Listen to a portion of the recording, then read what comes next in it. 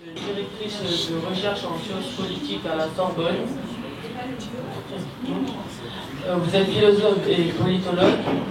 Vous publiez de nombreux articles universitaires et ouvrages de référence. Vous intervenez régulièrement dans les médias français et étrangers. Et aujourd'hui, vous allez nous parler des nouveaux autoritarismes et des logiques victimaires.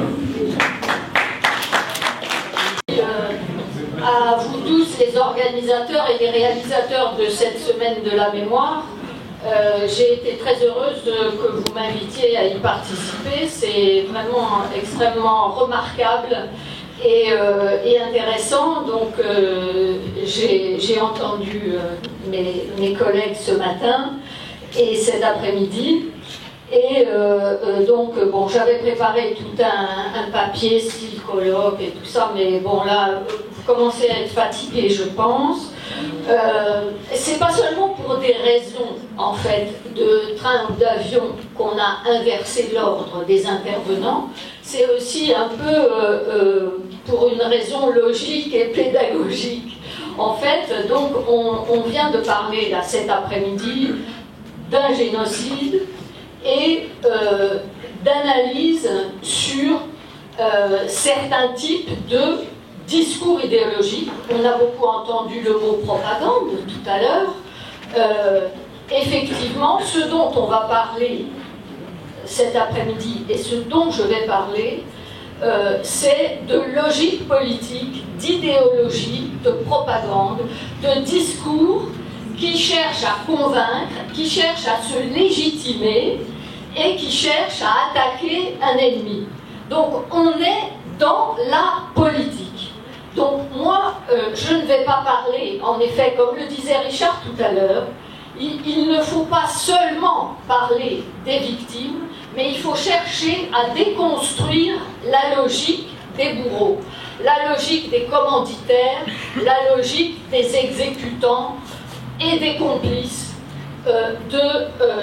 des génocides, mais aussi d'autres formes de violence politique qui ne vont pas toujours jusqu'au génocide, jusqu'au massacre de masse, mais qui relèvent de la même logique.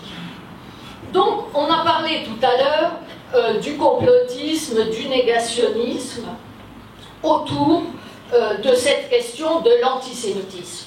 C'est vrai que la figure du juif et les juifs en tant qu'individus sont persécutés, en fait, sont l'objet d'une persécution depuis des siècles. L'antisémitisme a eu différentes formes dans l'histoire, a pris différentes formes dans l'histoire. Il y avait déjà, en fait, des politiques anti-juifs, hein, pour parler clairement, déjà sous l'Empire romain.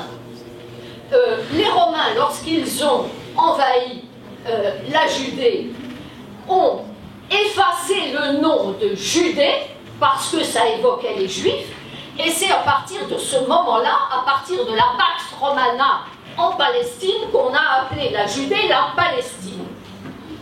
Donc les questions de mots, de noms sont extrêmement importantes, parce qu'on est justement dans la politique, dans le discours idéologique, dans un discours et une logique qui cherche à convaincre et qui combat des ennemis.